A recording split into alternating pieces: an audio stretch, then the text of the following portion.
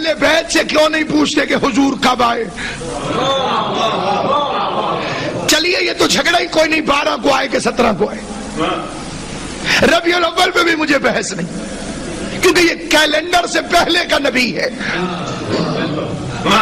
ابھی 12 نہ بنی تھی حضور تھے، ابھی 17 نہ بنی تھی حضور تھے، ابھی ربیع الاول نہ تھا حضور تھے۔ ربیع الاول بنتا ہے چاند سے، ابھی چاند نہ تھا اور حضور تھے۔ چاند بنتا سورج سے، سورج نہ تھا اور حضور تھے۔ سورج چلتا ہے نظام شمسی میں، نظام شمسی نہ تھا اور حضور تھے۔ کائنات نہ تھی، بنتا نبی جان وآدم بین الماء والتین، میں اس وقت بھی نبی تھا، خالی تھا نہیں۔ خالی ہونے میں اور نبی ہونے میں بڑا فرق ہے۔ نبوت عہدہ ہے، آدم وجود میں نہ آئے تھے اور میرا نبی عہدے دار تھا۔ سلامت و آباد و شاد۔ ابھی آدم علیہ السلام کا وجود نہ تھا اور میرا پیغمبر عہدے دار تھا۔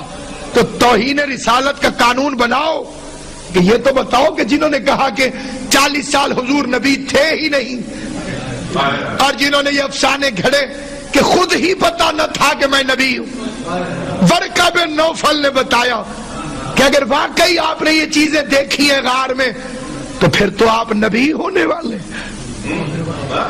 سامعین گرامی، بلال حبشی کو کسی نے خط نہیں لکھا تھا، وہ عشق رسول کی خوشبو سونگھتا ہوا آ گیا، یعنی بلال کو پتا چل گیا کہ آپ نبی ہیں، اور جو خود نبی ہیں انہیں پتا نہیں چلا کہ میں نبی ہوں۔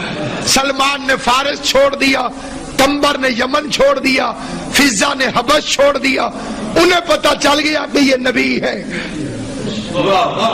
پڑھے لکھے دوستوں سے سوال ہے، عیسیٰ علیہ السلام نے جھولے میں کہا قالا انی عبد اللہ آتانی الکتاب وجعلنی نبیا، جھولے میں عیسیٰ نے فرمایا میں اللہ کا بندہ ہوں، نبی بن کر آیا ہوں۔